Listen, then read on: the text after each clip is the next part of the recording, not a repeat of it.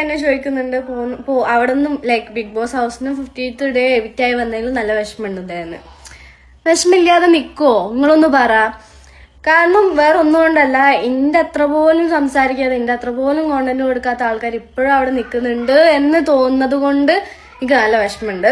പക്ഷെ എന്തൊക്കെ ആയാലും പ്രേക്ഷകരാണ് ലൈക്ക് തീരുമാനിക്കുന്നത് ആര് നിൽക്കണം ആര് പോകണം എന്ന്. ഞങ്ങൾക്ക് കുറെ ആൾക്കാർക്ക് ഹെയ്റ്റായി സെക്കൻഡ് വീക്കെൻഡ്. അതുകൊണ്ട് ഞാൻ പറയുന്നത് നല്ല കാര്യം നിങ്ങൾ നോക്കില്ല, ചീത്ത ലൈക്ക് നല്ല കാര്യങ്ങൾ മൈൻഡാക്കാതായി എല്ലാം നെഗറ്റീവായിട്ട് കാണാൻ തുടങ്ങി. Okay, apart from that Anumol അവിടെ നിൽക്കാൻ എന്തുകൊണ്ടും ഡിസേർവിങ് ആണ്. കാരണം ബിഗ് ബോസിന്റെ ആവശ്യം കോണ്ടന്റ് ആണ്. ആ കോണ്ടന്റ് അനുമോൾ അവിടെ കൊടുക്കുന്നുമുണ്ട്. അത് അനുമോളിൽ നിന്നല്ല കുറെ ആൾക്കാർ അവിടെ കൊടുക്കുന്നുണ്ട്. ഇപ്പം ഈ അനുമോൾ ഒരു ടോപ്പിക് വന്നതിനെ കൊണ്ടാണ് ഞാൻ പറയുന്നത്. ആൻഡ് ഓൾസോ അനുമോള് നല്ലോണം അവിടെ അനുഭവിക്കുന്നുണ്ട്.